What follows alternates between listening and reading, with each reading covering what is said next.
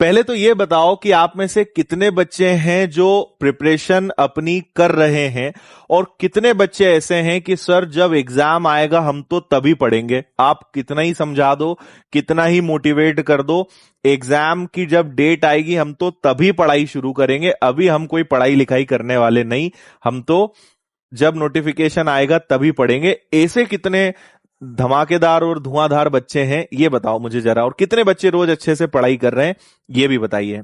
Preparation कैसे करें? देखिए, आप इस समय में एक अच्छा शेड्यूल बनाइए पहले तो। लेकिन अगर आप YouTube पे पढ़ाई कर रहे हो और कभी पढ़ रहे हो कभी नहीं पढ़ रहे हो, तो YouTube से अगर आप पढ़ाई करते हैं या सेल्फ स्टडी आप करते हैं, तो मेरा आप सभी को एक ही सजेशन है कि आप पहले अपना एक शेड्यूल बनाइए। जितना आप पढ़ाई कर सकते हो, नॉट नेसेसरी कि आप 8 घंटे 10 घंटे पढ़ें। अगर आप ज्यादा पढ़ाई नहीं कर पा रहे हैं तो आप 4 घंटे 3-4 घंटे का शेड्यूल बनाएं, लेकिन जरूर बनाएं उसको। इस पर जरूर आप काम करिए, एक शेड्यूल बनाइए। चुपचाप बैठने से आप सिलेक्शन नहीं लेंगे, है ना। आप ये बात हमेशा ध्यान रखें कि पढ़ने लिखने वाले बच्चे और जिनकी वजह, जिनकी मजबूरी आपसे बड़ी है, वो पढ़ाई कर रहे हैं, है ना। मैंने पहले भी कहा है कि हमेशा हमारे जीवन में वजह सबसे बड़ी बात होती है। तो अगर हम अभी नहीं पढ़ रहे हैं मतलब हमारी वजह उतनी दमदार नहीं है।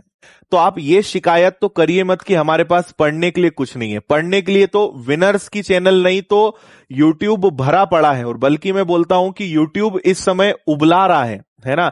मतलब कंटेंट इतना ज्यादा हो रहा है कि आपके पास समय कम पड़ जाए। तो अच्छा कंटेंट है, जहां अच्छा लग रहा है, जहां समझ में आ रहा है पढ़िए, लेकिन पढ़ना शुरू करिए, क्योंकि कंटेंट बहुत सारा अवेलेबल है फ्री में भी। जॉब्स की, एग्जाम्स की, नोटिफिकेशंस की वापस से बाहर आने वाली है। इतना ज्यादा आएगा कि आप संभाल नहीं पाओगे। तो आपके पास अभी भी समय है संभलने का, तैयारी करने का, क्योंकि ऑलरेडी सब चीजें पेंडिंग होते जा रही है। तो शायद आप संभाल ना पाए, इसलिए तैयारी शुरू करिए, अच्छे से पढ़ना शुरू करिए। छोटा सा, जितना हो सके उतना, लेकिन आप एक शेड्यूल बनाने का प्रयास करिए। मैथ्स, रीजनिंग, इंग्लिश, इन 3 सब्जेक्ट पे काम करिए, क्योंकि ये 3 सब्जेक्ट ऐसे हैं जो हर एग्जाम में आते हैं। इन्हें अच्छा बनाइए, क्योंकि मैथ्स और रीजनिंग में आप स्कोर खींच सकते हो। मैथ्स और रीजनिंग 2 ऐसे सब्जेक्ट हैं जिनमें आप 100% मार्क्स ला सकते हो, और इंग्लिश एक ऐसा सब्जेक्ट है जिसपे आज काम शुरू करोगे तो 1 महीने बाद थोड़े से मार्क्स बढ़ेंगे। ठीक है, मैथ्स रीजनिंग अलग चीज है, इंग्लिश अलग चीज है।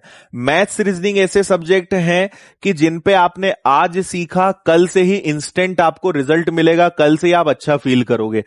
इंग्लिश में आज जो चीज सीखोगे उसका रिजल्ट 1 महीने बाद मिलेगा। तो 3 सब्जेक्ट आपको बहुत अच्छे करने चाहिए, क्योंकि पूरा सिलेक्शन, आप माने या ना माने, इन दोनों पर ही निर्भर करता है। जीएस और बाकी जो सब्जेक्ट्स हैं वो ऑलमोस्ट सभी से बन जाते हैं। मैथ्स, रीजनिंग और इंग्लिश जो है, इन पे आपको काम अच्छे से करना चाहिए।